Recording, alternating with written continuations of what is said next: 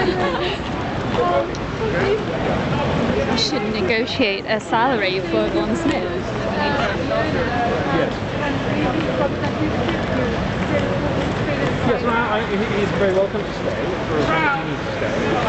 He's become part of my family. He's like an uncle to my children.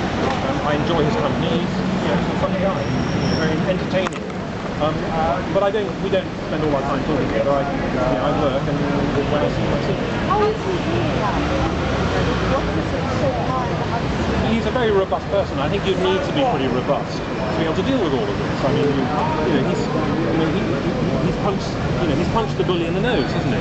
And in a sense, people are angry with him and working against him in many ways. So it's a tough thing to do. But clearly, the courts believe that he will get a fair trial in Sweden if it does come to that. I don't think it's got anything to do with whether the courts think he's going to get a fair trial in Sweden. I mean, the European arrest warrant is relatively new legislation in this country, and it essentially doesn't allow for the evidence to be considered.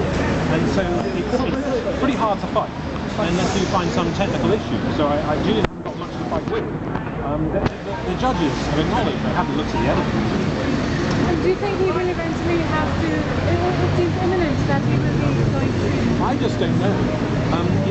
There's if that's what he wants to do, I hope he can. But it's not clear. His main fear about going to Sweden isn't facing these charges, it's the possibility of being sent to America. I don't know if that's a valid fear, but certainly I know he has that. And could you also tell us which problems that he is facing, confounded with, of course, the judgment, the verdict today? Do you think that it's just been sort of a concerted attack on an issue which is much larger than Julian as a person? So far, Julian has fought. Julian has fought, the strongest power in the world in some way, and got away with it. I mean, can he continue to get away with it? I don't know. I mean, it's a bit noisy, and I don't think I've answered your question. So, give me another question. Essentially, do you think that the issue itself has now been sort of pushed down by, first of all, the financial attacks, MasterCard, PayPal, etc., and now it doesn't cost a huge amount of money to run WikiLeaks, but obviously they've been starved of funds because of the attack on them by Visa, MasterCard, and PayPal, which makes it extraordinarily difficult to operate.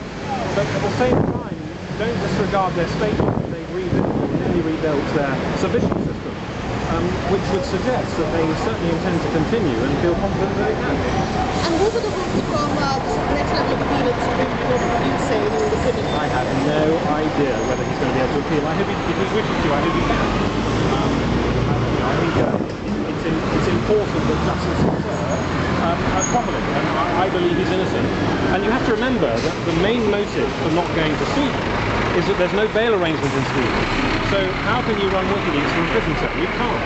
So of course he doesn't want to go there. Well, WikiLeaks has now become larger than Julian Assange. Of course, Would you continue to support the kind of movement that WikiLeaks has kicked off, even if Julian is extradited? Look, I'm somebody who always looks at these things on the merits of the time.